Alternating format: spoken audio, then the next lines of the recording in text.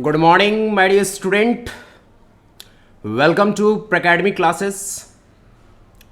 आज के सेशन में हम लोग स्टार्ट कर रहे हैं CBSE board class 12th commerce के सारे subject account, economics, business studies के टर्म 2 का सारा सिलेबस आज के सेशन में डिस्कस होने जा रहा है। तो मेरे प्यारे बच्चों, ध्यान से समझेंगे, गौर फरमाएंगे। अगर चैन से सोना है तो जाग जाओ, क्योंकि बोर्ड कुछ ही महीनों में आपका होने वाला है। तो आज हम लोग डिस्कस करने जा रहे हैं टर्म 2 में आने वाले सारे टॉपिक्स सब्जेक्ट वाइज। और आपको पता है मेरे प्यारे बच्चों कि आपने टर्म 1 का एग्जाम दे रखा है, तो आपने ऑब्जेक्टिव्स क्वेश्चंस के पेपर के सॉल्यूशन दे रखे हैं। आपका रिजल्ट भी आ जाएगा, बहुत जल्दी आ जाएगा रिजल्ट। अब हमारा बारी है सब्जेक्टिव क्वेश्चंस को कैसे टैकल करना है। तो सबसे पहले मेरे प्यारे बच्चों, हम लोग डिस्कस करने जा रहे हैं, आपके सामने है टर्म 2 का सिलेबस। और वो क्या है मेरे प्यारे बच्चों? वो है आपका अकाउंट्स।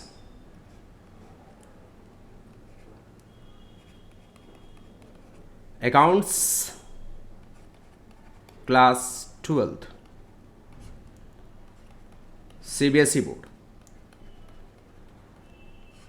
मैं बता दूं कि अभी प्रैकेडमी क्लासेस में सीबीएसई बोर्ड के ही क्लास लिए जा रहे हैं। नेक्स्ट सेशन से, मतलब सेशन जो आपका अप्रैल से स्टार्ट होगा, उसमें CBSE, Bihar board, JAC board जो झारखंड के बोर्ड होते हैं, West Bengal board, Punjab board, सारे बोर्ड के बच्चों को इनरोल किया जाएगा 11-12 के कॉमर्स के सब्जेक्ट टॉपिक के साथ।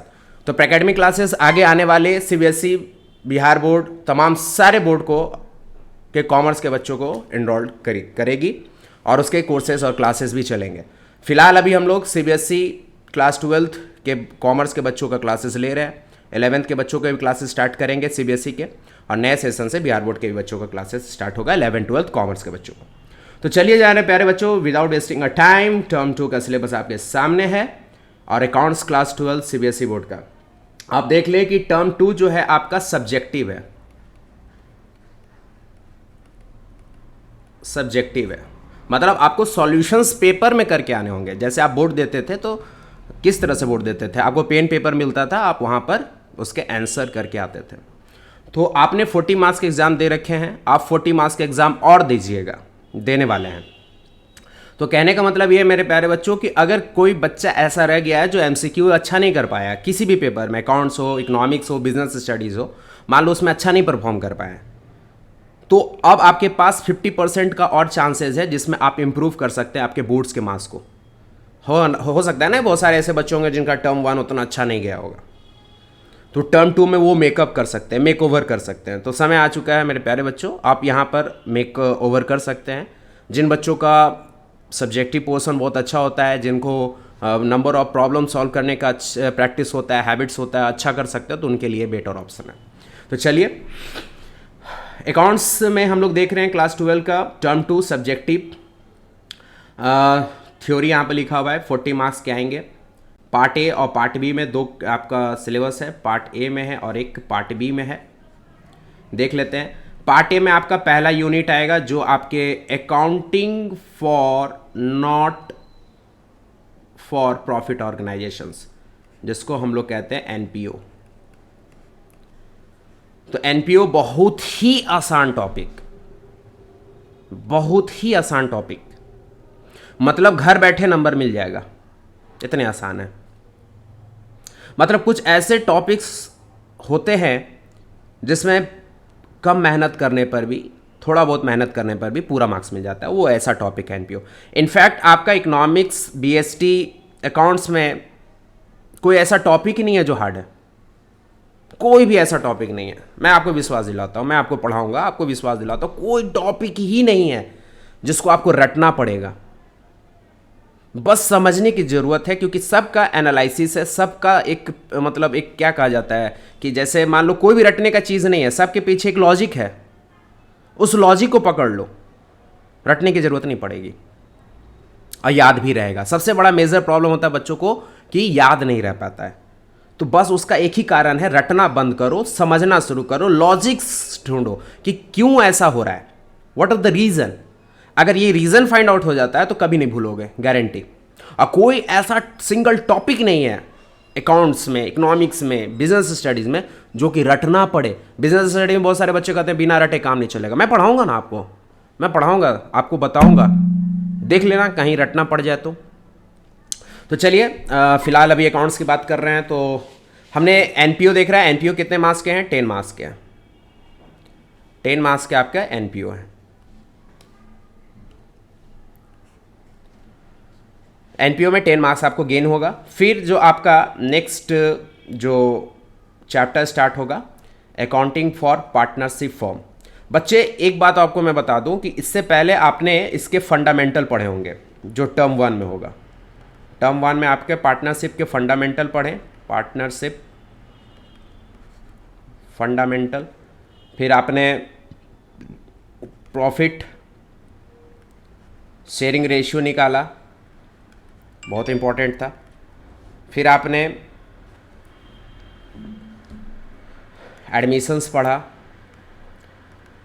तो मैं इसलिए बता रहा हूं मेरे प्यारे बच्चों कि ये तीनों को आपको फिर से रिवाइज में करवाऊंगा। कारण क्या है? क्योंकि ये जो रिटायरमेंट और डेथ जो चैप्टर है ये लिंक करेगा। क्योंकि बेसिक हो सकता है ना कि कुछ ऐसे बच्चे होंगे जो बेसिक नहीं कवर कर पाए होंगे। बेसिक में आपका जो पार्टनरशिप फंडामेंटल हो गया, प्रॉफिट शेयरिंग रेशियो हो गया, इसमें बेसिक्स है, फंडामेंटल्स है। अगर ये नहीं क्लियर है तो रिटायरमेंट में दिक्कत होगा। जिन बच्चे के क्लियर है उनको कोई दिक्कत नहीं है, पर जो बच्चे का क्लियर नहीं है कॉन्सेप्ट उनको दिक्कत होगा। तो मैं वो उस लेवल पर लेकर चलूँगा, मैं मान के चलूँगा कि बच्चे के क्लियर नहीं है, बेसिक लेवल से चलेंगे। जिन बच्चों को आता है वेल एंड गुड, जिन बच्चों को नहीं आता है वो साथ साथ चलेंगे। तो रिटायरमेंट डेथ करने से पहले हम कुछ फंडामेंटल टॉपिक्स को कवर करेंगे, ठीक है। तो हमारा जो क्लासेस सेशन जो अकाउंट्स का स्टार्ट होगा आपका पहले पार्टनरशिप से स्टार्ट होगा, ठीक है। पार्टनरशिप में रिटायरमेंट डेथ हम लोग करेंगे with all basic fundamentals concept of partnership. फिर उसके बाद हम लोग पढ़ेंगे डिसोल्यूशंस ऑफ पार्टनरशिप फॉर्म। इसमें फंडामेंटल्स का बहुत ज़्यादा कॉन्सेप्ट का झोल नहीं है, ये थोड़ा हट कर चैप्टर है डिसोल्यूशंस, इससे के लिए कोई फ़र्क नहीं पड़ेगा। ये दोनों चैप्टर से मेरे प्यारे बच्चों ध्यान से देखना, सिलेबस देखना बहुत ज़रूरी है। आपको पता चल जाए कि आपको करना क्या है। पहले पता ही चल नहीं है आपको कि करना क्या है, तो फिर आप क्या प्लान करोगे, क्या स्टडी प्लान बनाओगे। तो ये दोनों चैप्टर से रिटायरमेंट डेथ और डिसोल्यूशन ऑफ पार्टनरशिप फॉर्म से आपको 12 मार्क्स के क्वेश्चंस आएंगे। भैया हमें पूरे के पूरे मार्क्स चाहिए। जिन बच्चों को टर्म 1 में अच्छा नहीं एमसीक्यूज गया है वो बच्चे ध्यान से सुनेंगे कि आपको इसमें कवर करना है। इससे के लिए आपको मतलब उसको कहते हैं ना, अंत भला तो सब भला, पूरा जी जान लगा देना है कि हमको ज़्यादा से ज़्यादा मार्क्स कवर करना है टर्म 2 में। फिर उसके बाद पार्ट ए में ही आपका आता है कंपनी। पार्ट ए में ही, कलर में थोड़ा चेंज कर दो मेरे प्यारे बच्चों, पार्ट ए में ही आपका आता है कंपनी। कंपनी में बस आपको पढ़ना है अकाउंटिंग फॉर डिवेंचर। इससे पहले आपने टर्म 1 में जो पढ़ा था बहुत ही मज़ेदार chapter accounting for share capital, बहुत मज़ा आता है पढ़ाने में, पर आपने टर्म 1 में कवर कर रखा है तो इससे के लिए हम उस पर फोकस नहीं करेंगे, हम अकाउंटिंग फॉर डिवेंचर करेंगे। ये भी बहुत मज़ेदार है, 8 मार्क्स का। हमें पीएचडी नहीं करना है, हमें पीएचडी नहीं करना है, हमें मार्क्स गेन करना है। और मैं वही चीज़ आपको समझाने का कोशिश करूंगा, वही चीज़ पर ज़्यादा फोकस करूंगा जहाँ से ज़्यादा मार्क्स आ सके। अभी आपका क्या फोकस होगा कि सर मुझे ज़्यादा से ज़्यादा मार्क्स चाहिए। हमें पीएचडी को टॉपिक पर नहीं करना है। कौन सा ऐसा टॉपिक है सर जिसमें हम मेहनत कितना करेंगे जो हमें मार्क्स मिल जाए। हमें ज़्यादा से ज़्यादा मार्क्स गेन करना है, बस यही हमारा कॉन्सेप्ट है। तो अकाउंटिंग फॉर डिवेंचर्स बहुत ही मज़ेदार, बहुत ही हल्का चैप्टर। मतलब अभी तक में मैंने जितना भी डिस्कस किया, जैसे एनपीओ डिस्कस किया, retirement death, dissolution of partnership form, ये सब इतने आसान टॉपिक, इतने आसान टॉपिक है कि हमें पता है कि यहाँ पर 95% मतलब 40 मार्क्स में 95% लाना आसान है, बहुत ही आसान है। मतलब आप अपने पुराने गुनाहों का बदला ले सकते हैं, सिलेबस इतना आसान है। फिर आप पार्ट बी में आ जाओ, ये भी बेहतरीन और बहुत ही आसान टॉपिक आपका, बहुत ही आसान।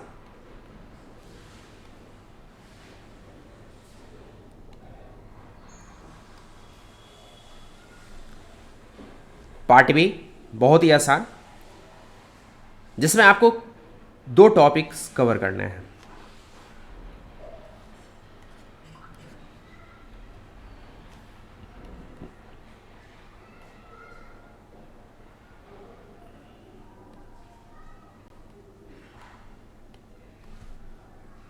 फाइनेंशियल स्टेटमेंट ऑफ कंपनी, जिसमें आपको comparative and common size statement, comparative and common size statement, और आपको कैश फ्लो स्टेटमेंट, ये दोनों, एक ये comparative and common size statement और कैश फ्लो स्टेटमेंट कवर करना है।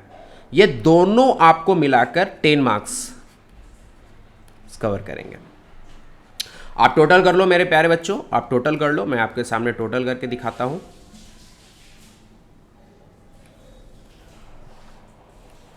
मैं आपको टोटल करके दिखाता हूं। 10 + 12 22 + 8 30 + 10 40 मार्क्स हो गया। मतलब अगर मुझे ये जानना है इन डिटेल कि मुझे कैसे पढ़ना है, तो वो भी मैं बता दूँ आपको, थोड़ा सा इसे बड़ा कर दूँ।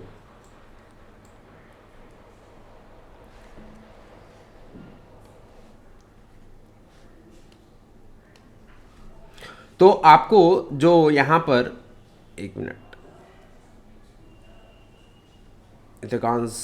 जो आपको यहाँ पर जो पेपर जो मोटा मोटी आपको पढ़ना है, ये आपको एनपीओ पहला, दूसरा retirement death, third one dissolution of partnership form, fourth one accounting for debenture, fifth one comparative and common size statement, and six one cash flow statement. मतलब 6 चैप्टर 40 मार्क्स, ये आपको कवर करना है। चलिए कुछ डिटेल मतलब सब पर डिस्कस एक बार कर लेते हैं। एनपीओ में क्या क्या रहेगा, रिटायरमेंट डेथ डिसोल्यूशन क्या रहेगा, अकाउंटिंग फॉर डिवेंचर में क्या क्या रहेगा, फाइनेंशियल स्टेटमेंट में comparative and common size statement में क्या क्या रहेगा, कैश फ्लो स्टेटमेंट में क्या क्या रहेगा। तो चलिए हम इसे डिस्कस कर लेते हैं। तो आपके सामने मेरे प्यारे बच्चों पार्ट ए का accounting for and not for profit organisation, NPO. इसमें आपको बेसिकली जो सबसे ज़्यादा इंपॉर्टेंट होगा आपको पढ़ने के लिए होगा रिसिप्ट एंड पेमेंट अकाउंट। ये 2 अकाउंट बनता है, एक इनकम एंड एक्सपेंडिचर अकाउंट बनता है। जो नॉन एनपीओ होते हैं, एनपीओ का मतलब होता है वैसा ऑर्गेनाइजेशन जो प्रॉफिट मोटिव के लिए नहीं काम करता है। जैसे बहुत सारे एनजीओ होते हैं। एनजीओ का मकसद क्या होता है कि हम समाज को लाभ पहुंचाए, सोशल वेलफेयर के लिए काम करें, प्रॉफिट कमाने के लिए काम नहीं करें। तो वो 2 तरह के अकाउंट बनाएंगे, receipt and payment account and income and expenditure account.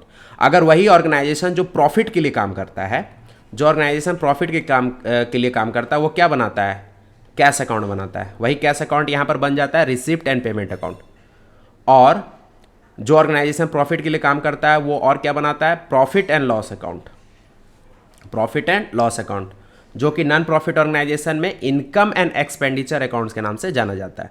तो प्रॉफिट ऑर्गेनाइजेशन है तो वो cash account and profit and loss account बनाएगा, और जो नॉन फॉर प्रॉफिट ऑर्गेनाइजेशन है, जो प्रॉफिट मोटिव के लिए काम, जो प्रॉफिट्स के लिए काम नहीं करता है, वो रिसिप्ट एंड पेमेंट अकाउंट बनाएगा और इनकम एंड एक्सपेंडिचर अकाउंट बनाएगा। तो डिटेल में इस पर पढ़ेंगे हम लोग, बाकी आप देख रहे हैं। और सबसे पहले जो हम लोग कवर करेंगे अकाउंटिंग फॉर पार्टनरशिप में, तो इसमें हम लोग पढ़ेंगे retirement and death of A partner, जिसमें हम लोग पढ़ेंगे effect of retirement and death. Retirement death एक ही चीज़ है, मतलब अंतर यह है कि रिटायरमेंट में व्यक्ति जिंदा रहता है, डेथ में आदमी मर जाता है। ट्रीटमेंट लगभग एक जैसा ही होता है। हाँ, थोड़ा सा अंतर है कि डेथ में एजुकेटर्स को पैसा मिलता है। एजुकेटर मतलब होता है उत्तराधिकारी। जैसे मान लो हमारा बेटा मेरा उत्तराधिकारी है, तो मेरे मरने के बाद मेरे बेटे को क्या क्या बेनिफिट्स मिलेंगे, पार्टनर्स ही देंगे, लेकिन क्या क्या बेनिफिट्स मिलेगा तो वो सब देखेंगे।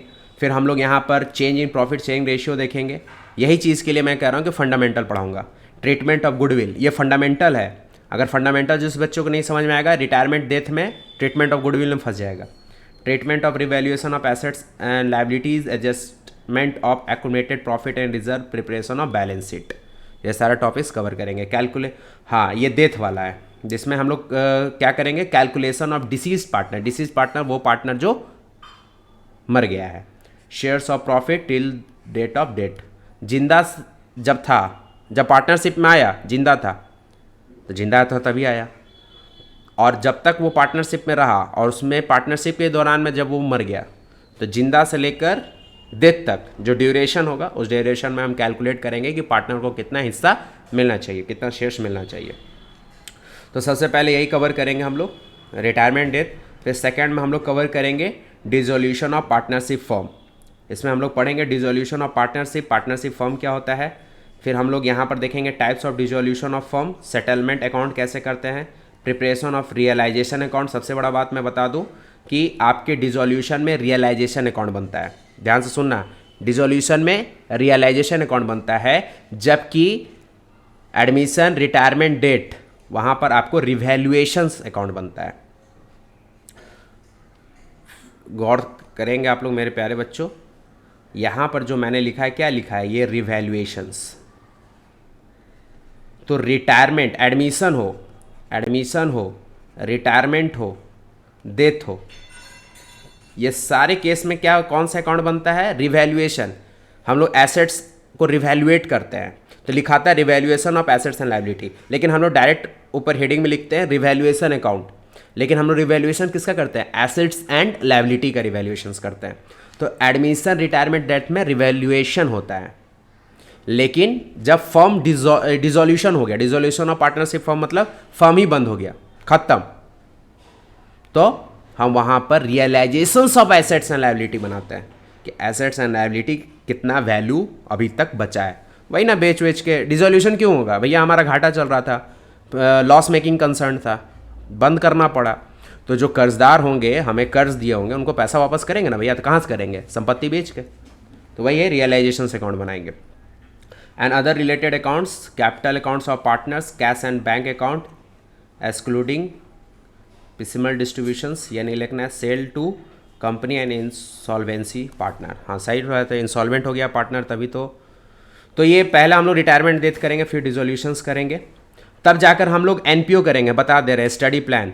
तो पहला हम लोग retirement death of A partner करेंगे, फिर सेकंड में हम लोग करेंगे dissolution of partnership firm, third में जाकर हम लोग करेंगे एनपीओ, ठीक है, थर्ड में आकर हम एनपीओ कवर करेंगे, तब जाएंगे कंपनी में, तब जाएंगे कहाँ, कंपनी में। कंपनी में क्या पढ़ेंगे, अकाउंट, ये अकाउंटिंग फॉर कंपनीज है, जहाँ पर हम लोग पढ़ेंगे अकाउंटिंग फॉर डिवेंचर, बहुत ही आसान टॉपिक।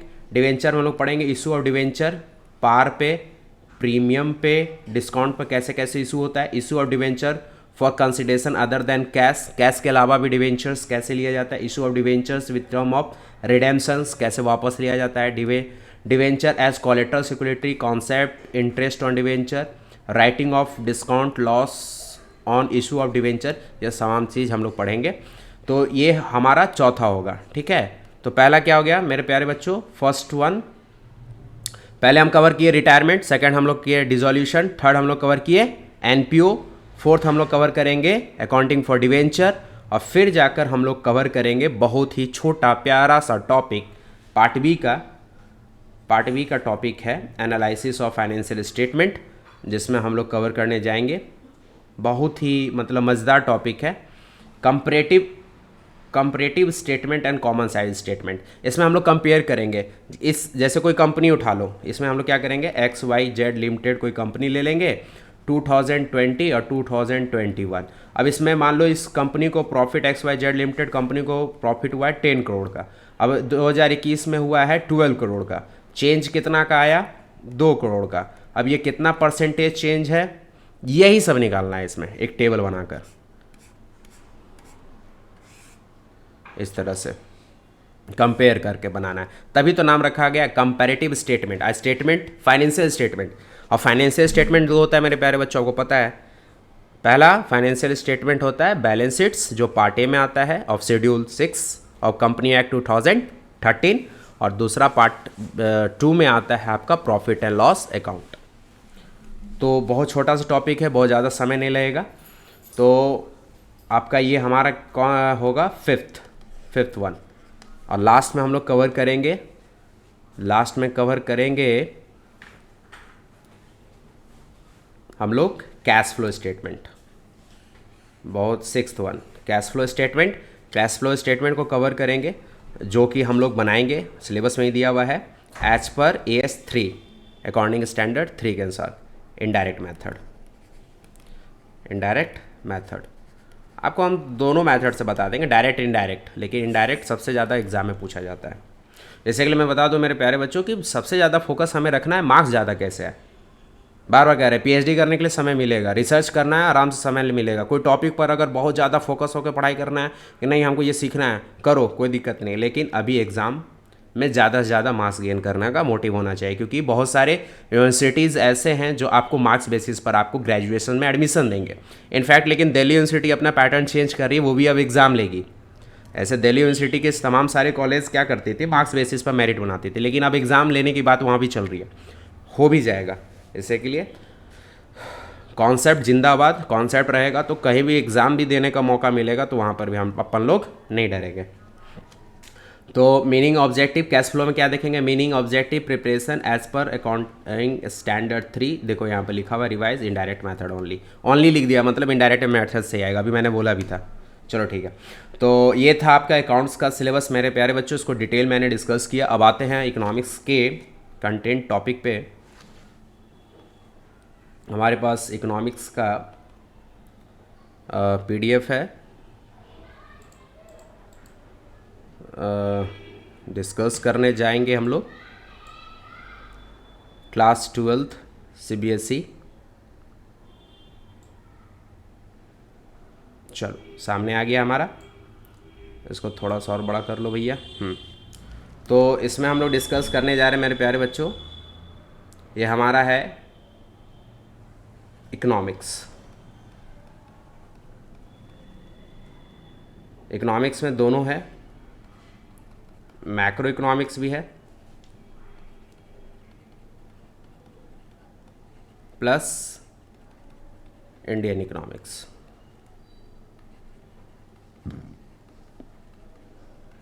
ठीक है, मैक्रो इकोनॉमिक्स और इंडियन इकोनॉमिक्स। पार्ट ए में मैक्रो, पार्ट बी में इंडियन। और जब ये सिलेबस बनकर आया था, मैंने जब इसको देखा था तो समझ गए थे कि हाँ ये दो टॉपिक जो है ये बहुत सही किया है बोर्ड ने। ये दो टॉपिक है ना, नेशनल इनकम और determination of income and employment, बहुत सही किया सब्जेक्टिव पोर्शन में डालकर। क्योंकि ये टॉपिक अगर MCQ में आता तो इसका जो होता है ना वैल्यू, इज्जत घट जाता। तो बोर्ड ने समझा कि नहीं, इसका इज्जत बरकरार रखना है, क्योंकि यहाँ से भर भर के न्यूमेरिकल्स आते हैं। अगर यही CBSE आपको पूरे मतलब सिलेबस पर अगर मार्च में एग्ज़ाम ले रही होती तो सबसे ज़्यादा न्यूमेरिकल्स इन दोनों से आता है। और मैं ये भी आपको स्पष्ट कर दूं मेरे प्यारे बच्चों कि पिछले साल न्यूमेरिकल नहीं आए हैं, पिछले साल न्यूमेरिकल से क्वेश्चंस नहीं आए हैं, चाहे वो नेशनल इनकम हो, चाहे determination of income and employment हो। तो इस बार भर भर के न्यूमेरिकल आएंगे, ध्यान से सुनना, इस बार भर भर के न्यूमेरिकल्स आएंगे। तो चलिए हम लोग डिस्कस कर रहे हैं इकोनॉमिक्स थ्योरी पेपर है, बिल्कुल सही, 40 मार्क्स के हैं। टर्म 2 है, टर्म 2 जो मार्च में आपके बोर्ड्स होंगे। अब देख लीजिए डेट आगे पीछे जो उसका तो मुझे नहीं पता, लेकिन मार्च के लमसम में होगा। अब मिड ऑफ मार्च हो या लास्ट वीक ऑफ मार्च हो, जो भी हो, लेकिन एग्ज़ाम तो होंगी। तो टर्म 2 सब्जेक्टिव क्वेश्चंस पेपर आएंगे, 2 घंटे का एग्ज़ाम होगा, 40 मार्क्स है सारे, मतलब सब्जेक्ट का यही रेशियो है। अकाउंट्स में भी था 40 मार्क्स 2 घंटे का, इकोनॉमिक्स भी 40 मार्क्स का 2 घंटे का पेपर होगा, सब्जेक्टिव होगा। हाँ, part A introductory macro economics, तो इसमें 2 आपके चैप्टर हैं, जो नेशनल इनकम बहुत ही अच्छा खासा मेजर पोर्शन कवर करता है, और determination of income and employment, ये दोनों चैप्टर मेजर है, मतलब सिलेबस में भी बड़ा है, अच्छा खासा बड़ा है। तो आप देखिए बड़ा है तो भैया मार्क्स भी तो बड़ा है। तो नेशनल इनकम से 10 marks, determination of income employment से 12 मार्क्स के आएंगे आपको। तो टोटल पार्ट ए से आपको 22 मार्क्स के क्वेश्चंस आएंगे। Part B Indian economic development, जिसमें आपको 3 चैप्टर पढ़ना है। Current challenges facing Indian economy में, ऐसे टर्म 1 में current challenges facing Indian economy में 2-3 चैप्टर थे, 4 चैप्टर था, वो कवर हो गया टर्म 1 में। अब बचा खुचा जो चैप्टर है जो टर्म 2 में कवर होगा, current challenges facing Indian economy में employment, infrastructure, sustainable economic development, ये तीनों चैप्टर से मिलाकर 12 मार्क्स के क्वेश्चन बनेंगे। और लास्ट जो चैप्टर है डेवलपमेंट एक्सपीरियंस ऑफ इंडिया, बहुत ही मज़ेदार, जिसमें हम लोग पढ़ेंगे comparative study experience of India with their neighbours, मतलब इंडिया का इकोनॉमी हम लोग कंपेयर करेंगे उनके पड़ोसियों से। और हमारा पड़ोसी कौन है मेरे प्यारे बच्चों को पता है? पहला तो आपका पाकिस्तान, जिसको हम लोग ट्रेंडिंग में रखेंगे, और दूसरा नेपाल। नेपाल से नहीं, चाइना से भी करेंगे। पाकिस्तान एंड चाइना ज़्यादा रहेगा। नेपाल भैया हम लोग को अभी बीट करने से पीछे ही है, तो इसीलिए पाकिस्तान प्लस चाइना, इन दोनों के बीच में कंपैरेटिव स्टडी करेंगे। ये स्टडी करेंगे कि दोनों का जन्म लगभग, इंडिया पाकिस्तान का जन्म तो लगभग एक साथ हुआ 1947, तो कौन कहाँ रहा। और चाइना भी रिपब्लिक ऑफ चाइना था, तो वो भी लमसम में कुछ आगे पीछे ही हम लोग से, जबकि इनफैक्ट बहुत पीछे ही जाकर ये आज़ाद हुआ। बना तो कम्युनिस्ट ही नेशन, लेकिन उसके बाद सत्ता एक बार इसको हासिल जो हुआ वो बाद में ही जाकर हुआ। तो ये भी देखेंगे कि ये लोग पीछे रहने के बाद, पाकिस्तान तो साथ साथ 47 में, चाइना तो बाद में जाकर रिपब्लिक ऑफ चाइना से हुआ, कम्युनिस्ट वन पार्टी रूल का सरकार बनी। तो ये लोग बाद में भी जाकर हमसे आगे क्यों है? चाइना आप तो देख रहे हो, पाकिस्तान तो इनफैक्ट हमसे पीछे है, लेकिन चाइना हमसे कितने आगे कैसे चलेंगे? तो हम पढ़ रहे हैं Indian economics, and Indian economics जो है ये एक हिस्ट्री का रूप है। मैं थोड़ा क्लियर कर दूँ, ये हिस्ट्री का रूप है। हिस्ट्री क्या होता है? पास्ट इवेंट के बारे में पढ़ते हैं। तो अभी के ट्रेंड में मैं नहीं कंपेयर करूंगा कि पाकिस्तान का अभी क्या पोजीशन है, चाइना का क्या भी पोजीशन है, इंडिया का क्या पोजीशन है, अभी नहीं, कुछ साल पहले का। वो कौन सा साल होगा? जब भारत आज़ाद हुई, कुछ समय बीता बीच में, जैसे इनफैक्ट 1947 और अभी चल रहा है 2022, तो हम लोग पढ़ेंगे 1980s से 90s, यही सब लमसम के बीच में पढ़ेंगे कि उस समय हमारा पाकिस्तान का क्या सिचुएशन था, इंडिया का क्या सिचुएशन था, चाइना का क्या सिचुएशन था। यही कंपैरेटिव स्टडी करेंगे। तो इस कंपैरेटिव स्टडी से हमको मिलेगा 6 मार्क्स। तो अपन को पार्ट बी में 12-6 18 मार्क्स मिलेगा। तो हम मन लगा के पढ़ेंगे इंडियन इकोनॉमिक्स, तो 18 मार्क्स मुझे मिलेगा पार्ट बी से, इंडियन इकोनॉमिक्स से। और बहुत अच्छे से न्यूमेरिकल पर प्रैक्टिस करेंगे, क्योंकि पूरा भरकर national income and determination of income employment भरकर न्यूमेरिकल है। तो अगर आप प्रैक्टिस करना बहुत पसंद करते हैं, और आपको करना भी चाहिए, क्योंकि न्यूमेरिकल याद करने वाला चीज़ नहीं है, वो जितना पेन चलेगा, न्यूमेरिकल कोई भी, अकाउंट्स हो, मैथ हो, या कोई भी न्यूमेरिकल्स वाला चैप्टर हो। न्यूमेरिकल्स कहने का मतलब जहाँ पर नंबर ऑफ प्रॉब्लम सॉल्व करते हैं हम लोग, फार्मूला बेस्ड क्वेश्चन सॉल्व करते हैं। तो वैसे कोई भी सब्जेक्ट हो, वहाँ पर अगर पेन पेपर नहीं चल रहा है तो वो दिमाग में नहीं बैठेगा। तो अगर पेन पेपर जो बच्चे चलाएंगे वो पार्ट ए में 22 मार्क्स में ज़्यादा से ज़्यादा 20 मार्क्स ले आएंगे, कोई बहुत बड़ी बात नहीं है। सीबीएसई भर भर के नंबर देती है। और पार्ट बी में जो थ्योरेटिकल पोर्शन रहेगा, इसमें तो कोई प्रैक्टिकल का एस्पेक्ट नहीं है, तो पार्ट बी में आप 18 में भी अच्छे मार्क्स ला सकते हैं। ठीक है। और बच्चों को मैं बता दूं कि ये जो आपका पार्ट ए है मेरे प्यारे बच्चों, national income and determination income employment, ये प्रैक्टिकल है, और ये जो पार्ट बी है ये थियोरेटिकल है। तो मतलब है सब्जेक्टिव पेपर, आपको पेन पेपर में ही सॉल्व करना है, लेकिन पार्ट ए आपको न्यूमेरिकल्स ज़्यादा आएंगे। आशा है, क्योंकि पिछली बार नहीं आया तो इस बार आएगा, इसलिए सारे फॉर्मूला जो आपको मैं इजी ट्रिक से समझाऊंगा, बहुत अच्छे से समझाऊंगा। बार बार हमारे वीडियोस को देखना, रिपीटेड देखना, और उसको एक नोट्स बनाना। नोट्स भी मैं प्रोवाइड करूंगा टेलीग्राम के इस चैनल में, आपको ऐड करूंगा धीरे धीरे, क्योंकि अभी जो चैनल हमारा नया है तो बहुत सारे काम करना बाकी है। वन एंड ओनली अभी तो मैं मेंटर्स के रूप में अभी जुड़ा हुआ हूँ, तो धीरे धीरे बहुत सारे हमें काम करना है। तो हम धीरे धीरे टेलीग्राम पर आपको लिंक देंगे, वहाँ पर स्टडी मटेरियल, स्टडी नोट्स भी देते रहेंगे। तो चलिए इस पर डिटेल डिस्कशन कर लेते हैं। तो मैक्रो इकोनॉमिक्स में जो हम लोग नेशनल इनकम पढ़ेंगे, unit 1 national income and related aggregates, जिसमें हम लोग पढ़ेंगे basic concept in macro economics, consumption goods, capital goods, final goods, intermediate goods के बारे में पढ़ेंगे, स्टॉक क्या होता है, फ्लो क्या होता है, gross investment, depreciation, gross depreciation क्या होता है, circular flow of income, 2 sector, हम यहाँ पर आपको 4 सेक्टर पढ़ाएंगे। सिलेबस में 2 ही है लेकिन हम 4 सेक्टर पढ़ाएंगे, ठीक है। Method of calculating national income बहुत इंपॉर्टेंट है ये, इसका मेथड 3 है। पहला वैल्यू एडेड मेथड और प्रोडक्ट मेथड, दूसरा है एक्सपेंडिचर मेथड, तीसरा है इनकम मेथड। ये मेथड, यही मेथड से क्वेश्चन आएगा, या तो कोई 2 मेथड से आए या कोई एक मेथड से आए, न्यूमेरिकल पक्का आएगा।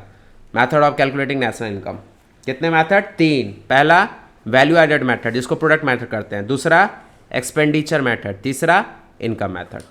फिर aggregate related to national income, फिर हम लोग पढ़ेंगे gross national product GNP, net national product NNP, gross domestic product GDP, net domestic product NDP at market price at factor cost. बताएंगे मार्केट प्राइस क्या होता है, फैक्टर कॉस्ट क्या होता है, real and nominal GDP, GDP and welfare, सारा चीज़ आपको discuss करेंगे। ये तो 10 मार्क्स का था, आपको याद ही है, 10 मार्क्स। फिर हम लोग डिस्कस करेंगे determination of income and employment, फिर हम लोग डिस्कस करेंगे determination of income and employment. इसमें हम लोग डिस्कस करेंगे aggregate demands and its component, बहुत ही मज़ेदार। हाँ, ये चैप्टर मैं बता दूं कि ज़्यादा क्या आपको देखने को मिलेगा, ग्राफ ज़्यादा देखने को मिलेगा बच्चों। तो ग्राफ पेपर जरूर आप खरीद लीजिएगा जब ये चैप्टर स्टार्ट करेंगे। आपको यहाँ पर प्लॉटिंग बहुत दिखेगा, ग्राफ, कर्व, ये सब सारा चीज़ यहाँ देखेगा। तो aggregate demand and its component, propensity to consume क्या होता है, प्रोपेंसिटी टू शेप क्या होता है, average, marginal, short run equilibrium output, investment multiplier क्या होता है जिसको हम लोग के से डिनोट करते हैं, एंड इट मैकेनिज्म, बहुत सारा चीज़ है पढ़ेंगे हम लोग। मीनिंग ऑफ फुल एम्प्लॉयमेंट क्या होता है, वैसा एम्प्लॉयमेंट। अब फुल एम्प्लॉयमेंट का मतलब क्या होता है, थोड़ा थोड़ा मैं बताते भी चलो। मीनिंग ऑफ फुल एम्प्लॉयमेंट का मतलब होता है वैसा एम्प्लॉयमेंट लेवल जिसके आगे अब बेरोजगारी खत्म हो गया है। फुल एम्प्लॉयमेंट मतलब समझो ना, फुल एम्प्लॉयमेंट हो गया मतलब सबको रोज़गार मिल गया। तो फुल एम्प्लॉयमेंट वो लेवल होता है जहाँ पर आगे जाकर अब किसी को भी रोज़गार लेने की ज़रूरत नहीं हो। तो meaning of full employment and involuntary unemployment, ये भी पढ़ेंगे। फिर जाकर हम लोग पढ़ेंगे problem of excess demand, excess demand का भी क्या प्रॉब्लम्स होते हैं। डेफिसिट डिमांड मतलब डिमांड बहुत ज़्यादा बढ़ जाए या डिमांड बहुत ज़्यादा घट जाए, इसका भी प्रॉब्लम इश्यूज होता है, तो उसको पढ़ेंगे। मेजर टू करेक्ट देम, हाँ प्रॉब्लम होता है तो उसको सुधारे कैसे, ये भी पढ़ेंगे। Change in government spending, taxes, money supply through bank rate, CRR जो आप लोग पढ़े होंगे मनी एंड बैंकिंग, जिसमें आपने पढ़ा होगा। तो अगर दिक्कत भी आएगी तो मैं इसको छोटा छोटा टॉपिक को मैं डिस्कस कर लूँगा और कोई पंगा नहीं, क्योंकि हम लोग बहुत ही बेसिक लेवल से चलेंगे, कोई हड़बड़ी नहीं है। सिलेबस दम खत्म हो जाएगा, सिलेबस इतना आसान है। अकाउंट्स, अभी इकोनॉमिक्स देख रहे हैं, इकोनॉमिक्स में भी कितना आसान सब सिलेबस है कि बहुत ज़्यादा टाइम नहीं लगने वाला है। बोर्ड भी समझ बूझ कर ही सिलेबस डिवाइड किए टर्म 1 टर्म 2 में, तो कोई पंगा नहीं होने वाला है। आप एकदम मज़े से ऐस मौज से सारा चैप्टर कवर कर लोगे सब्जेक्ट वाइज। तो मैं डिस्कस कर लूँगा bank rate, CRR, SLR, repo rate and reverse repo rate, open market operations, margin requirement, ये सारा मनी एंड बैंकिंग का कॉन्सेप्ट है। मनी एंड बैंकिंग जो आप टर्म 1 में पढ़ लिए, लेकिन कोई बात नहीं, हम इसको फिर से डिस्कस करेंगे। अगर ये टर्म 2 से रिलेटेड अगर मुझे टर्म 1 का कुछ टॉपिक उठाना भी होगा तो कुछ संकोच नहीं करना है, उठा लेंगे, समझा देंगे, क्योंकि भैया हमारा बेसिक भी तो क्लियर होना चाहिए। बेसिक क्लियर नहीं है अगर फिर पढ़ने बैठ गया तो फिर दिक्कत है। तो चलिए टर्म 2 का part A introductory macro economics का डिटेल मैंने सिलेबस डिस्कस कर लिया। Part B Indian economic development के सिलेबस को डिस्कस करते हैं।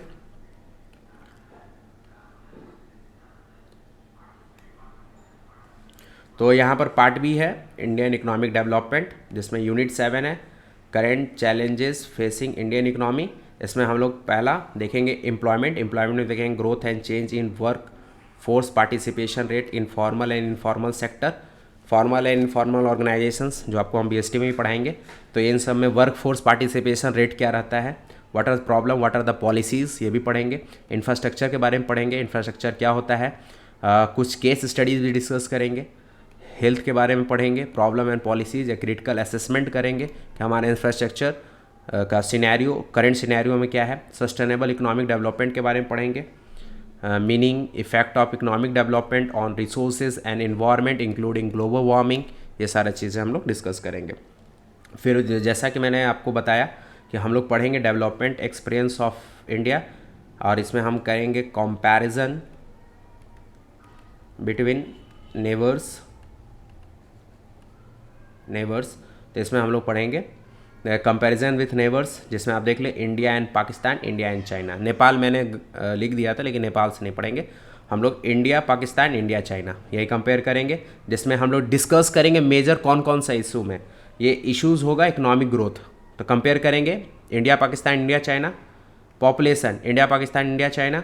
Sectoral development India Pakistan India China and other human development indicators, ठीक है, जो यूएनडीपी निकालता है, यूएनडीपी ह्यूमन डेवलपमेंट इंडिकेटर्स। ठीक है, मैं चलते चलते ये भी बता दूं मेरे प्यारे बच्चों कि आप इकोनॉमिक्स के जो बुक 12th के बच्चों को जो लेना है, फ़िलहाल हमारे पास स्टडी मटेरियल है, हम स्टडी मटेरियल तो आपको देंगे ही, पर हम आपको बुक भी रेफर्स करेंगे। मेरे सामने आप देख रहे होंगे Indian economics, sorry macro economics class 12th TR Jain VK ओरी, आप ये देख रहे होंगे। ये बुक आपको परचेज कर लेना है, ठीक है। VK ग्लोबल पब्लिकेशंस लिमिटेड के नाम से है, मैं यहाँ पे लिख दूँ VK ओरी ग्लोबल पब्लिकेशन। इस बुक को आपको रेफ़र करना है, रेफरेंस बुक। नहीं, NCERT पढ़े, NCERT हम मना नहीं करेंगे, बहुत सारे बच्चे को सर NCERT आप नहीं सजेस्ट करें, NCERT पढ़े, लेकिन रेफरेंस बुक के साथ। रेफरेंस बुक, ये मैंने रेफरेंस बुक बताया, VK ओरी ग्लोबल पब्लिकेशंस का है, ग्लोबल पब्लिकेशन प्राइवेट लिमिटेड। तो ये मैक्रो इकोनॉमिक्स हो गया मेरे प्यारे बच्चों। इंडियन इकोनॉमिक्स के लिए भी आपको मैं दिखा दूँ, मेरे पास है सारा, लाइब्रेरी है हमारे पास, तो मैं आपको दिखा देता हूँ। ये भी VK ओरी का ही है, देख लो इंडियन इकोनॉमिक्स।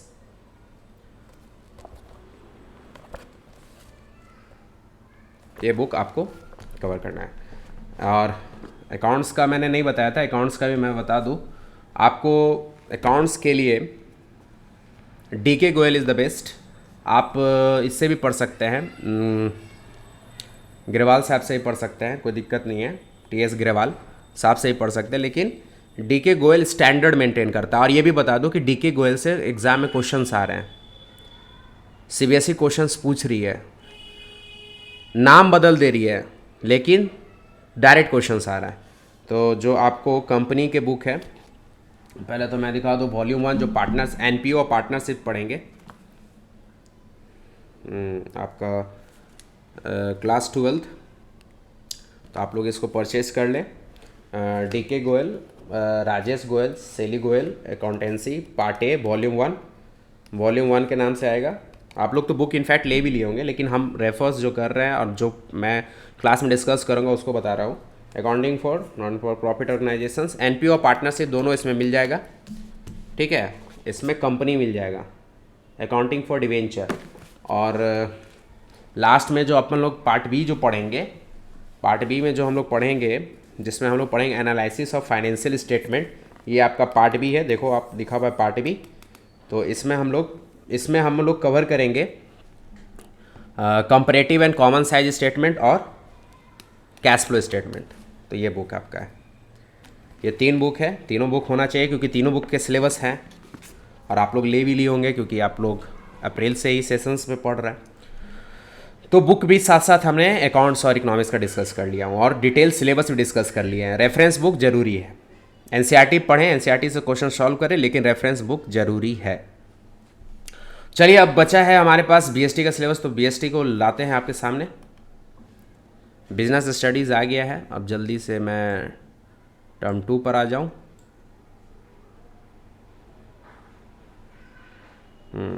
चलिए, पहुँच गए।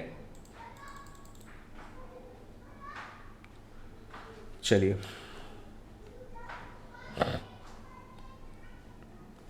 चलिए तो हम लोग पहुंच गए हैं business studies class 12th CBSE class 12th business studies term 2। तो ये जो है टर्म 2 सब्जेक्टिव क्वेश्चंस आएंगे, 40 मार्क्स के पेपर होंगे, 2 घंटे का पेपर होगा 40 मार्क्स का, जिसमें 2 कंटेंट हैं, एक पार्ट ए है और एक पार्ट बी है। पार्ट ए में 3 यूनिट, पहला यूनिट है स्टाफिंग, दूसरा यूनिट है डायरेक्टिंग, तीसरा यूनिट है कंट्रोलिंग। और जो मार्क्स कंटेन कर रहे हैं तीनों मिलकर वो 20 मार्क्स कंटेन कर रहे हैं। मैं बता दूं मेरे प्यारे बच्चों कि स्टाफिंग और डायरेक्टिंग लंबा चैप्टर है, तो ये थोड़ा टाइम लेगा। कंट्रोलिंग 1 दिन का चैप्टर है, 1 डे क्लास।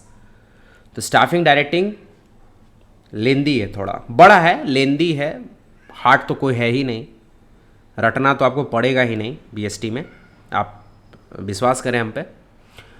स्टाफिंग डायरेक्टिंग थोड़ा सा लंबा चैप्टर है, कंट्रोलिंग वन डे क्लासेस है, तो ये ज़्यादा समय नहीं लगेगा, जो भी समय लगेगा स्टाफिंग एंड डायरेक्टिंग में लगेगा। पार्ट ए इसमें कवर हो जाएगा, 20 मार्क्स आपको मिल जाएगा। फिर पार्ट बी में बिजनेस, फाइनेंस एंड मार्केटिंग, इसके अंदर 3 यूनिट है, फाइनेंशियल मैनेजमेंट, सेकेंड है फाइनेंशियल मार्केट, थर्ड है कंज्यूमर प्रोटेक्शन। ठीक है, कंज्यूमर प्रोटेक्शन एक्ट के नाम से होता है 1986। तो फाइनेंशियल मैनेजमेंट और फाइनेंशियल मार्केट ध्यान से सुनिएगा। बीएसटी कहता है ना, बीएसटी का नाम बदनाम है किस रूप में कि रटना पड़ता है। जब आपको मैं फाइनेंशियल मार्केट और फाइनेंशियल मैनेजमेंट जब चैप्टर पढ़ाऊंगा तो यहाँ पर आपको ये महसूस हो जाएगा कि यहाँ पर भी मैं कुछ प्रैक्टिकल चीज़ सीख रहा हूँ और प्रैक्टिकल चीज़ कुछ पढ़ रहा हूँ। ठीक है, तो फाइनेंशियल मैनेजमेंट और मार्केट दोनों प्रैक्टिकल है, मैं पहले से लिख देता हूँ, प्रैक्टिकल चैप्टर्स है। मतलब यहाँ पर आपको मैंने न्यूमेरिकल टाइप का कुछ सिखाऊंगा। और हाँ, यहाँ पर मैं शेयर मार्केट के भी कुछ क्लास लूँगा, क्योंकि कॉमर्स के बच्चे शेयर मार्केट को नहीं समझे तो फिर वो कॉमर्स पढ़ना उनके लिए यूज़फुल नहीं है। तो यहाँ पर फाइनेंशियल मार्केट, शेयर मार्केट मैं यहाँ लिख देता हूँ नीचे में। जब मैं फाइनेंशियल मार्केट पढ़ाऊँगा, फाइनेंशियल मार्केट जब पढ़ाऊँगा तो मैं शेयर मार्केट के बारे में भी आपको पढ़ाऊँगा,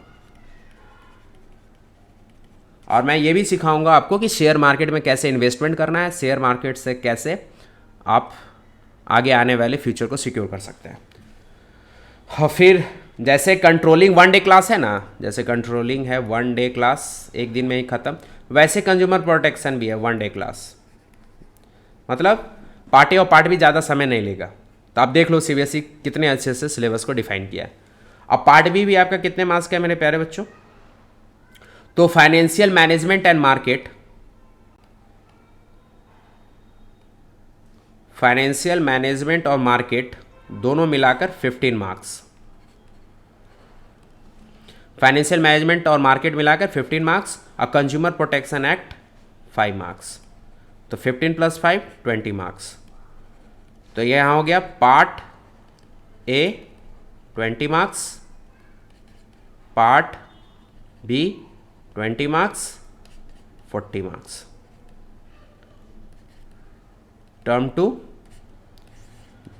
बीएसटी, तो टर्म 2 बीएसटी में पार्ट ए पार्ट बी मिला के 40 मार्क्स के पेपर हो जाएंगे। 40 मार्क्स का पहले दे चुके हो, टोटल मार्क्स बन जाएगा 80 मार्क्स। बाकी 20 मार्क्स के आपके स्कूल का हक होता है, जो प्रैक्टिकल और प्रोजेक्ट वर्क से वो आपको मार्क्स देगी। चलिए थोड़ा सा डिटेल डिस्कस कर लेते हैं पार्ट ए को, पार्ट बी को। तो पार्ट ए आपके सामने आ चुका है मेरे प्यारे बच्चों, जो स्टार्टिंग में ही हम करेंगे, जो नाम है स्टाफिंग। ये आपका पार्ट ए, जो सबसे पहला यूनिट हम लोग करेंगे स्टाफिंग। स्टाफिंग में हम लोग कॉन्सेप्ट एंड इंपॉर्टेंस पढ़ेंगे, स्टाफिंग प्रोसेस। हाँ, एक चीज़ और बता दो, जितना भी प्रोसेस है वो इम्पोर्टेंट। केस स्टडीज़ आएंगे। हाँ, बिजनेस स्टडीज़ में एक चीज़ और मैं बता दूँ, बिजनेस स्टडीज़ में मैं बता दूँ, केस स्टडीज़ से ज़्यादा क्वेश्चंस आएंगे। 80% क्वेश्चंस जो होंगे, 80 क्या, 80 नहीं, 80 से 90% लिखना ज़्यादा सही होगा। 1 minute. 80% to 90% question case study से होंगे। तो आपको केस स्टडी को सॉल्व करने के लिए पहले ऑल टॉपिक्स, कुछ भी चीज़ नहीं छूटना चाहिए। ऑल टॉपिक्स के कॉन्सेप्ट क्लियर होने चाहिए, ऑल टॉपिक कॉन्सेप्ट क्लियरिटी चाहिए, तब जाकर आपको केस स्टडी सॉल्व होगा। और केस स्टडीज़ 80 to 90% आएंगे। मतलब जब क्वेश्चन पेपर पलटोगे ना, तो आप देखना है कि पूरा केस स्टडी से ही भरा हुआ है। नहीं विश्वास है तो प्रीवियस ईयर्स के पेपर उठा के देख लो, सबसे सिंपल सा बात। विश्वास करना नहीं करना वो बात ही नहीं रह जाता है। प्रीवियस ईयर का पेपर उठाओ, देख लो। उठाओगे तो एकदम पैराग्राफ टाइप का दिखेगा, पूरा लंबा पैराग्राफ, और उसके नीचे 2-3 क्वेश्चन। ये केस स्टडी का फॉर्मेट है, सब्जेक्टिव है, आएगा ही। तो जितने भी प्रोसेस आपको याद रखना, जितने भी प्रोसेस है वो सब इंपॉर्टेंट है। यहाँ से केस स्टडी बहुत बनता है। तो स्टाफिंग के प्रोसेस पढ़ेंगे, रिक्रूटमेंट प्रोसेस पढ़ेंगे, सिलेक्शन प्रोसेस पढ़ेंगे। फिर स्टाफिंग का मतलब होता है किसी भी ऑर्गेनाइजेशन में लोग को कैसे इंटर करवाना। जैसे मान लो मुझे जॉब करना है, तो मैं उस ऑर्गेनाइजेशन में कैसे इंटर करूँगा? एग्ज़ाम देकर इंटर करूँगा, इंटरव्यू देकर इंटर करूँगा। एग्ज़ाम, इंटरव्यू होता है ना, रिटर्न इंटरव्यू, फिजिकल, अलग अलग ऑर्गेनाइजेशन का अलग अलग डिमांड होता है। तो रिक्रूटमेंट करना, अपने ऑर्गेनाइजेशंस में एम्प्लॉय को इंटर करवाना ही होता है स्टाफिंग। अब स्टाफिंग का प्रोसेस भी सीखेंगे, रिक्रूटमेंट प्रोसेस सीखेंगे, सिलेक्शन कैसे होता है उस प्रोसेस को सीखेंगे। सिलेक्शन के बाद हम क्या देते हैं, जब हमारा एम्प्लॉय सेलेक्ट हो जाता है तो फिर उसके बाद क्या देते हैं? ट्रेनिंग। तो हम लोग कैसे सीखेंगे कि यहाँ पर ट्रेनिंग कैसे दिया जाता है, concept and importance, method of training, on the job, of the job, vestibule training, ये तो मेथड है, apprenticeship training and internship training. तो ये सब चीज़ पढ़ेंगे। डिटेल आपके सामने राइट हैंड साइड में है, ये डिटेल आप देख लेना एक बार आपके पास, ठीक है। मैं टेलीग्राम ग्रुप में सिलेबस भी भेज दूंगा, आप टेंशन ना लें। जल्द से जल्द टेलीग्राम ग्रुप बना देंगे, उसमें जुड़ जाइएगा। फिर हम लोग कवर करेंगे डायरेक्टिंग को। डायरेक्टिंग का कॉन्सेप्ट एंड इंपॉर्टेंस पढ़ेंगे, एलिमेंट ऑफ डायरेक्टिंग। 4 एलिमेंट होते हैं, 4 एलिमेंट्स, ठीक है। 4 एलिमेंट्स, पहला, दूसरा, तीसरा। चौथा होता है लीडरशिप, वो हट गया है सिलेबस से, ठीक है। तो वो आपके सिलेबस से हट गया है। तो 4 होता है एलिमेंट्स। भैया एलिमेंट तो बताना ना होगा कि कितने होते हैं, भलो सिलेबस में रहे या ना रहे।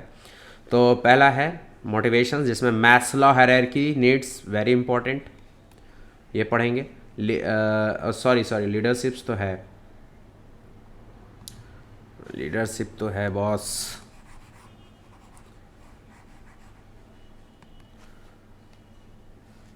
लीडरशिप जिसमें स्टाइल बहुत इंपॉर्टेंट है, लीडर का स्टाइल, 3 स्टाइल, ऑथोरेटिव, डेमोक्रेटिव, लेजिस्फेयर, ये है।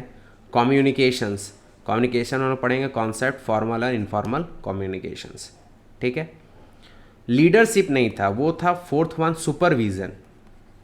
वही लीडरशिप मैंने लिख दिया, सुपरविज़न था, इसको सिलेबस से रिमूव कर दिया गया।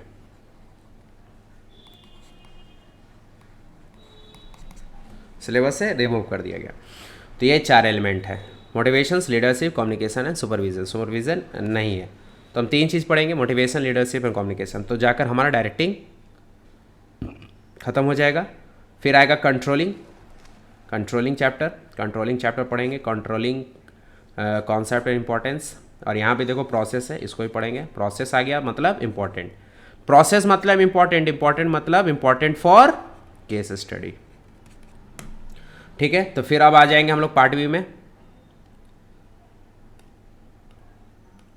फिर हम लोग आ जाएंगे पार्ट बी में, बिजनेस, फाइनेंस एंड मार्केटिंग, जिसमें सबसे पहला पढ़ेंगे फाइनेंशियल मैनेजमेंट, जिसमें concept, role and objective, financial decision.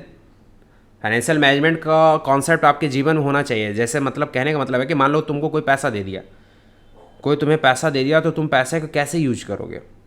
अगर मान लो तुम्हारे पास पैसा आ गया, तुम यूज करना जानते ही नहीं हो, करना तुमको आता ही नहीं है, तो फिर पता चलेगा कि पैसा कमाना तो कोई बड़ा बात नहीं है, उसको अगर आप सही दिशा में खर्च नहीं कर पाए तो यूजलेस हो जाएगा, मनी का वेस्टेज ऑफ मनी हो जाएगा, वेस्टेज ऑफ फाइनेंस हो जाएगा। तो मैं आपको सिखाऊंगा कि फाइनेंशियल मैनेजमेंट कैसे अपने, ये भी सिखाऊंगा कि कैसे फंड लाया जाता है, और जब फंड आ जाता है तो फंड को कैसे इन्वेस्ट किया जाता है। This is known as financial management, सही तरीके से करना। तो इसमें हम फाइनेंशियल डिसीजन लेंगे, जैसे investing, financing, dividend, meaning and factor affecting सारा चीज़, financial planning concept and importance, capital structure, बहुत अच्छे से इसको समझना है कैपिटल स्ट्रक्चर। आगे 12th के बाद में आप जब ग्रेजुएशंस करोगे, बीकॉम करो, बीबीए करो, और हायर स्टडीज़ के लिए भी जाओगे, ये सारा चैप्टर तुम्हारा कभी पीछा नहीं छोड़ेगा। चाहे अकाउंट्स का जितना चैप्टर मैं पढ़ाऊँगा टर्म 2 में, इकोनॉमिक्स में मैंने जो चैप्टर पढ़ाऊँगा टर्म 2 में, बीएसटी में जो चैप्टर मैं पढ़ाऊँगा टर्म 2 में, ये सारा का सारा टॉपिक, ये सारा का सारा कॉन्सेप्ट तुम्हें आगे पीछा नहीं छोड़ेगा। इससे के लिए ये 11th और 12th के जो क्लास होते हैं वो बेसिक क्लासेस होते हैं। जो बच्चा इस पर कमांड कर लेता है, जो बच्चा इस पर बहुत अच्छा कॉन्सेप्ट बना लेता है, फिर आगे के क्लासेस में उसको कोई भी प्रॉब्लम नहीं होता है। इसीलिए इस बात का ध्यान दीजिएगा, कैपिटल स्ट्रक्चर इंपॉर्टेंट है। Fix and working capital, concept and factor affecting their requirement, ये सब है। बाकी डिटेल बगल में है, वो भी आप देख लीजिएगा।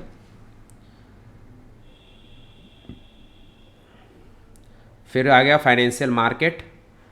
फाइनेंशियल मार्केट में जहाँ पर मैंने कहा आपको कि शेयर मार्केट के भी क्लासेस यहीं पर हम आपको देंगे, और आशा करेंगे कि 12th पास करने के बाद आप शेयर मार्केट की पढ़ाई करें।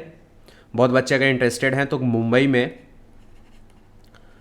में सेबी के क्लासेस होते हैं, security exchange board of India का क्लासेस होता है, बीएससी और एनएससी का। तो जो बच्चे चाहते हैं कि नहीं शेयर मार्केट का दिग्गज बनूं, बिग बुल बनूं, मूवी भी है ना भैया बिग बुल, एक हर्षद मेहता का स्कैम 1992, ये भी देखो, मूवी देखो। मूवी देखना गलत नहीं है, मूवी ऐसा देखो जिससे तुम्हें मैसेज मिले आगे बढ़ने का। बिग बुल देखो, अभिषेक बच्चन साहब का स्कैम 1992, पंकज गांधी, बहुत ही अच्छा हर्षद मेहता पर ये मूवी बना हुआ है। ये दोनों मूवीज़ देखो, ये मूवी से प्रेरणा लो, सीखो। बीएससी एनएससी की पढ़ाई होती है, मुंबई में जाकर पढ़ो, शेयर मार्केट की पढ़ाई करो। बेसिक्स फंडामेंटल मैं दे दूंगा यहाँ पर। 12th पास करने के बाद अगर आप कैरियर बनाना चाहते हैं, कि इसको कहा जाता है इन्वेस्टमेंट बैंकर, और ये एक नाम और होता है फंड मैनेजर। ये सब के पैकेज बहुत हैं, मतलब इनफैक्ट वो ना कहा जाए ना, सालाना अगर कहा जाए तो इन लोगों का 40 50 60 लाख का पैकेज जाता है। एमबीए करके ही जाते हैं यहाँ से, तो आप एमबीए का स्कोप भी ले सकते हो, बीबीए एमबीए कर सकते हो। शेयर मार्केट की पढ़ाई करो, इन्वेस्टमेंट बैंकर बनो, जिसको कॉरपोरेट वर्ल्ड में बहुत अच्छा करना है तो करो, ठीक है। तो फाइनेंशियल मार्केट, शेयर मार्केट की कुछ ज्ञान देंगे। ऐसे तो मैं मतलब शेयर मार्केट के मतलब नॉलेज में तो कुछ भी नहीं हूँ, मतलब 0.00 जितना जीरो लगाना है उतना लगा दो, उतना नॉलेज भी नहीं है हमको, लेकिन जितना है वो मैं दे दूंगा। बाकी आगे आप इस फील्ड में अगर अपना कैरियर बनाना चाहते हैं तो बना सकते हैं, बेहतरीन फील्ड है। तो फाइनेंशियल मार्केट में हम चर्चा करेंगे financial market concept, functions and types. Money market के बारे में समझाएंगे, ये भी बात करेंगे स्कैम 1992 में हर्षद मेहता ने ये मनी मार्केट पर भी कैसे कब्जा किया था। फिर वो उसने स्टॉक का तो बादशाह था ही, दलाल स्ट्रीट जिसको बोला जाता है, दलाल स्ट्रीट का बच्चन बोला जाता था हर्षद मेहता जी को। जी लगाते हैं क्योंकि बहुत ही रेस्पेक्टफुल है, नाम खराब उनका ज़रूर हुआ, वो अनदर रीज़न है, but he is hero in my eyes. मेरे नज़र में वो अभी भी हीरो हैं, और मैं कुछ इन्वेस्टमेंट भी करता हूँ शेयर में, तो उन्हीं से प्रेरणा मिला, मूवी से। और बच्चा खुचा प्रेरणा बिग बुल से मिल गया, अभिषेक बच्चन साहब जी जो मूवी बनाए, बहुत ही बेहतरीन मूवी। तो स्टॉक मार्केट, इसी को शेयर मार्केट भी बोलते हैं। एक बहुत अच्छा डायलॉग है पंकज गांधी जी ने जो हर्षद मेहता में डायलॉग दिया था कि कभी कदाल मैं शेयर मार्केट को स्टॉक मार्केट भी कहता हूँ, क्योंकि कभी कदाल झटका भी बहुत तेज़ी से देता है। तो ये सब होते रहता है लाइफ में, अप्स एंड डाउन्स होते रहते हैं, वही शेयर मार्केट से अप्स एंड डाउन्स होगा। तो कैपिटल मार्केट को ही शेयर मार्केट बोला जाता है, सेकेंडरी मार्केट भी बोला जाता है। तो कैपिटल मार्केट को ही शेयर मार्केट बोला जाता है। इसलिए मैं शेयर मार्केट का क्लास यहाँ पर लूँगा, रीज़न भी बनता है क्योंकि बिजनेस स्टडीज़ पढ़ रहे हैं। बिजनेस स्टडीज़ मतलब कॉमर्स के बच्चे बिजनेस अगर करना चाहें तो कैसे कर सकते हैं, कॉमर्स के बच्चे अगर शेयर मार्केट में धमाल मचाना चाहते हैं तो कैसे धमाल मचा सकते हैं। तो मनी मार्केट, कैपिटल मार्केट, सारा चीज़ इसमें पढ़ेंगे। स्टॉक एक्सचेंज के बारे में पढ़ेंगे। दो हमारे पास बहुत ही बेहतरीन स्टॉक एक्सचेंज है जिसका मैंने अभी आप बात किया, BSc Bombay stock exchange, NSC national stock exchange, ये हम लोग पढ़ेंगे। कैसे ट्रेडिंग होता है उसका प्रोसीजर, बाकी डिटेल सिलेबस आपके सामने है, ये अभी आप देख लीजिए एक बार। तो देख ही रहे हैं डिटेल आपका सिलेबस है। फिर security and exchange board of India, SEBI, मैंने अभी जस्ट सेबी का नाम लिया। यही है जो हमारे कैपिटल मार्केट को रेगुलेट करता है, शेयर मार्केट को रेगुलेट करता है। ये इसलिए बोर्ड बनी है क्योंकि इन्वेस्टर को कोई नुकसान ना पहुंच जाए। मतलब ऐसा होता है ना कि मान लो कोई कंपनी में शेयर में पैसा लगाए और कंपनी वाला ठग लिया। ठगता कैसे है? बैलेंस शीट में झूठ मूठ का एसेट्स शो कर देगा कि मेरे पास इतना पूंजी है। हम उसका फंडामेंटल एनालिसिस देख लेंगे कि हाँ ये बहुत अच्छा पूंजी, बहुत अच्छा कंपनी है, भरोसा कर लिया, और मान लो बहुत अच्छा खासा पैसा इन्वेस्ट कर दिया, कंपनी भाग गई, बंद हो गई, तो मेरा पैसा डूब जाता है। तो इस सारे तमाम चीज़ों को पर ध्यान सेबी रखती है। ठीक है, state and objective of SEBI, explain the function of SEBI, ये पढ़ेंगे। और इस तरह से पढ़ेंगे ना कि इस तरह से पढ़ेंगे कि 12th पास करें तो हम अपना भविष्य देख पाए। मुझे शेयर मार्केट में जाकर अच्छा करना है, मुझे MBA करना है, इन्वेस्टमेंट बैंकर बनना है, मुझे जाकर बैंकर्स बनना है। जो भी आप हैं, बहुत ही बेहतरीन फील्ड यहाँ से खुलेगा। जितना अच्छा कॉन्सेप्ट बनाओगे, जितना डेप्थ में बातों को समझने की कोशिश करोगे, ज़्यादा डेप्थ में भी नहीं, PhD नहीं करना है, वही तो बोला, मार्क्स बेसिस से ही। लेकिन हर समय मार्क्स बेसिस से भी नहीं पढ़ना है कि नहीं मार्क्स के लिए पढ़ना है, ऐसा नहीं। कुछ नॉलेज के लिए पढ़ना है जो फ्यूचर में जाकर आपको गेन मिले। कंज्यूमर प्रोटेक्शन एक्ट, जो 1 डे क्लासेस मैंने कहा, 1 डे क्लास, जिसमें हम लोग पढ़ेंगे कंज्यूमर प्रोटेक्शन एक्ट 1986। इसमें आपको कस्टमर का क्या अधिकार है, इसमें 2 चीज़ पढ़ेंगे। एक शॉपकीपर जो आपको सामान बेचता है, और एक कस्टमर का रिलेशन। कस्टमर के साथ कुछ बेईमानी ना करे शॉपकीपर लोग, उसको ध्यान रखने के लिए कंज्यूमर प्रोटेक्शन एक्ट 1986 बना है। और इसमें चेंजेस आए हैं, ये चेंजेस पढ़ाऊँगा मैं। पहले कुछ था, अब बदल गया है, वो आपको बुक में भी नहीं है, आपको बुक में भी नहीं मिलेगा, बुक में भी नहीं है, तो वो चेंजेस में पढ़ाऊँगा। कुछ बदला है, मैं पढ़ाऊँगा उस समय। मीनिंग ऑफ कंज्यूमर पढ़ाऊँगा, right and responsibility of consumer, who can file a complain, कौन शिकायत कर सकता है, रिड्रेसल मैशनरी। हाँ, ये रिड्रेसल मैशनरी जो है 3 है हमारे यहाँ, 3 लेवल पर है। एक है नेशनल, एक है स्टेट, एक है डिस्ट्रिक्ट। 3 लेवल पर हमारे यहाँ रिड्रेसल मैशनरी है, मतलब दुखों का निवारण करने वाला मैशनरी। ये तीनों के बारे में मैं आपको पढ़ाऊँगा। ठीक है, इन्हीं में चेंजेस आया है। ठीक है, तो मैं इसको पढ़ाऊँगा। रिमेडीज़ अवेलेबल, क्या कंपनसेशन मिलेगा अगर मान लो कहीं सामान खरीदे, खाए, फूड पॉइजनिंग हो गया, तुम बीमार पड़ गया, तो आप कैसे केस करोगे?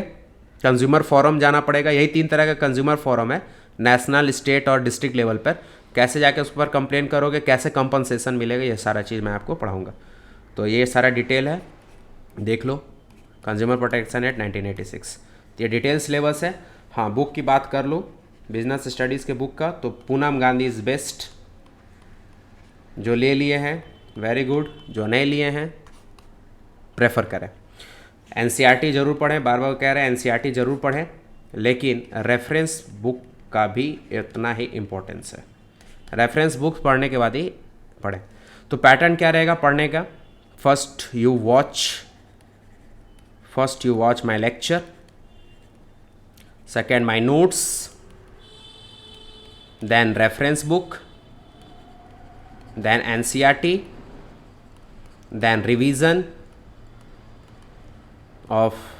कैसे करेंगे? वीडियोस के थ्रू, बार बार वीडियोस को देखें। हाँ, एक चीज़ और, बच्चे अपने नोट्स बनाएं, लास्ट नोट्स, सेल्फ नोट्स, जो उनको रिवीजन एंड मोमेंट में होता है ना, कि अपना नोट्स का फ़ायदा क्या होता है ना, कि एंड मोमेंट में अपना नोट्स उठाओगे ना।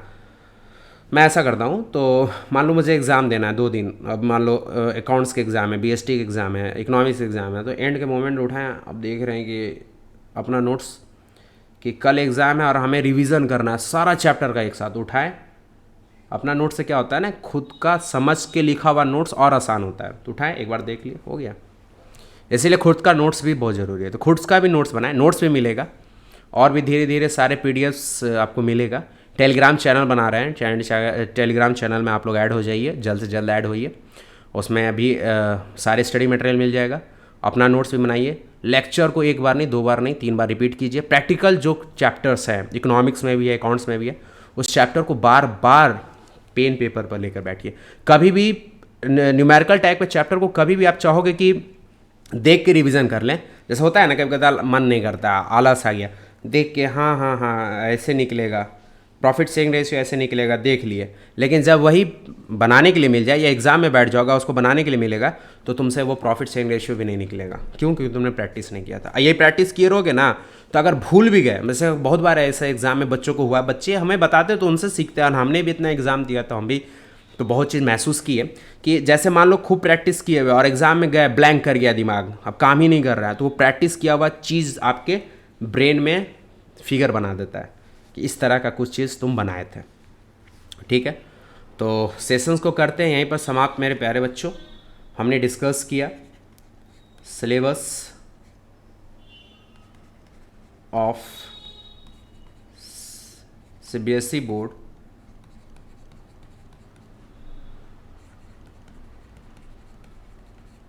Commerce 12th student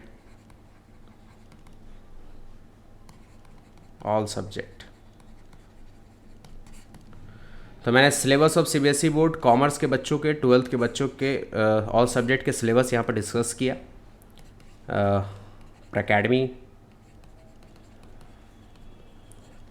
academy classes पे।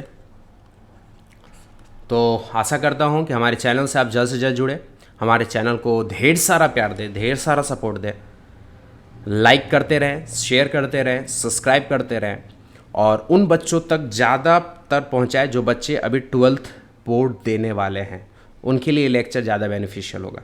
तो शेयर करें ज़्यादा से ज़्यादा, और आप जुड़े, और आपको ये महसूस होगा कि आप एक बेहतरीन प्लेटफॉर्म में रहकर क्लास ले रहे हैं और तमाम बहुत सारी सुविधाएं आपको मिलेगी। और हाँ, एक चीज़ और, क्लास के ड्यूरेशंस में मुझे आपका कमेंट्स चाहिए, क्योंकि आपका कमेंट्स मुझे यह महसूस करवाएगा कि मेरे अंदर क्या कमियां हैं।